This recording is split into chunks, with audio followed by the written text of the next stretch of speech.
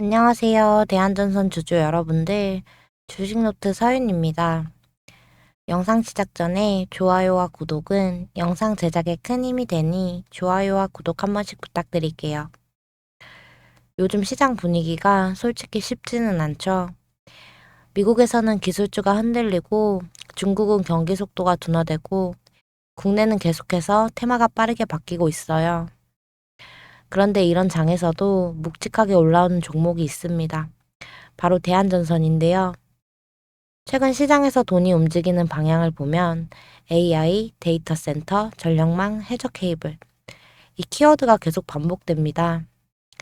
AI가 확장될수록 필요한 건 전기인데 전기를 안정적으로 공급하려면 초고압 전력망이 필요하고 그 전력을 해외로 연결하려면 해저 케이블이 필요하죠. 이제 AI 시대의 수혜가 어디로 흘러가는지 딱 보이시죠? 많은 분들이 AI 반도체라고만 생각하시는데 실제 흐름은 그 아래까지 내려갑니다.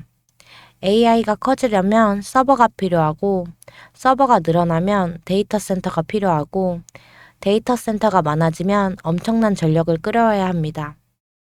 그래서 결국 돈이 흘러가는 방향은 이렇게 이어져요. 반도체, 데이터 센터, 전력망, 해저 케이블. 이 라인에서 실제로 공급할 수 있는 국내 업체가 딱 하나 바로 대한전선입니다. 그리고 지금 광주에서 빅스포 2025가 열리고 있는데요. 여기서 대한전선이 아주 명확하게 메시지를 던지고 있습니다. 우리는 케이블을 파는 회사가 아니라 국가 전력 시스템을 연결하는 회사다. 예전에는 그냥 전선만 만드는 회사 정도로 생각했을 수 있어요. 근데 지금은 완전히 방향이 달라졌습니다. 이제는 단순히 전선을 납품하고 끝나는 구조가 아닌 전선을 기반으로 해저 케이블 그리고 전력망 전체를 아우르는 토탈 솔루션 기업으로 사업이 확장되고 있습니다. 말 그대로 프로젝트의 시작부터 끝까지 관여하는 회사로 변하고 있다는 거죠. 이건 단순히 제품 판매가 아니고 전력 인프라 전체를 설계하고 제안하는 플레이어의 자리로 올라가는 겁니다. 예전 대한전설은 케이블을 들고 입찰에 참여하는 회사였다면 지금 대한전선은 전력망 전체의 설계를 제안하고 그 안에 케이블을 넣는 회사로 변하고 있습니다. 지금 대한전선 주가 흐름을 보면요. 크게 흔들리는 것 같아도 사실은 정확한 구간 안에서 움직이고 있습니다. 대략 23,300원에서 26,700원 사이. 이 구간을 박스권처럼 계속 지키고 있는 모습이에요. 이 상황을 한 줄로 표현하면 누군가는 전선을 보지만 똑똑한 자금은 전력망을 본다. 즉, 비용이 늘어나는 게 아니라 오히려 이익이 커지는 구조로 바뀌는 겁니다. 구리 가격이 오르면 부담 아니야? 이건 예전 방식의 관점이고 지금은 그렇지 않습니다. 대한전선은 구리 가격이 오르면 원가 부담을 그대로 떠안는 구조가 아니라 계약 금액이 자동으로 조정되는 에스컬레이션 방식이라서 구리 가격 상승이 오히려 매출을 밀어올리는 요인이 됩니다. 그러니까 구리 가격이 올라갔다고 해서 괜찮을까? 이런 걱정을 할 게 아니라 계약 단가가 더 올라가겠네? 이렇게 봐야 합니다. 그리고 오늘 글로벌 시황을 보면요. 미국 시장부터 분위기가 무거웠습니다. AI 중심의 대형 기술주들이 조정을 받다 보니 S&P 500이 1.1%, 나스닥은 1.9%까지 밀렸습니다. 특히 AI 대표주들에서 차익 실현 매물이 나오다 보니까 성장이 꺾인 건가? 이런 불안 심리가 살짝 올라온 상황이고요. 여기에 10월 해고 건수가 22년 만에 최대치라는 뉴스까지 나오면서 경기 둔화 들어가는 거 아니냐는 해석도 나오고 있습니다. 중국도 상황이 그렇게 좋지만은 않습니다. 제조업 PMI는 50.6으로 확장 구간에 들어섰지만 소비는 여전히 약하고 내수도 힘이 없어요. 쉽게 말하면 성장은 하고 있는데 에너지가 없는 느낌입니다. 반면에 국내 시장의 흐름은 미국이나 중국과 성격이 달라요. 우리 시장에서는 지금 계속해서 성장성이 보이는 산업으로 자금이 이동하고 있습니다. AI 전력망, 로봇, 인프라, 미래 방향이 뚜렷한 섹터들에 돈이 몰리고 있어요. 특히 전력 관련주들이 강한 이유는 간단합니다. AI가 커지려면 전력이 필요하고 전력이 필요하면 케이블과 해저 케이블이 들어가고 그 중심에 바로 대한전선이 있는 거죠. 즉 글로벌은 불확실한데 국내는 성장 스토리가 있는 종목으로 돈이 들어온다는 겁니다. 자, 이제 차트 보시면요. 먼저 10월 4일에 대한전선이 28,650원까지 치고 올라가면서 신고가를 만들었어요. 그때 거래량이 확 터졌고 윗꼬리가 길게 달린 양봉 캔들을 형성했어요. 그리고 5일, 6일, 오늘 7일까지 이어지는 흐름을 보면 가격은 조정이 나오는데 거래량이 죽지 않고 유지됩니다. 이게 어떤 의미냐면요. 보통 힘이 빠진 종목은 조금만 흔들려도 아래로 훅 밀리거든요. 근데 대한전선은 그게 아닙니다. 가격이 흔들리는 것처럼 보여도 실제로는 다릅니다. 내려가는 순간마다 매수세가 바로 들어오고 캔들이 짧게 눌렸다가 다시 끌려오는 모습이 반복됩니다.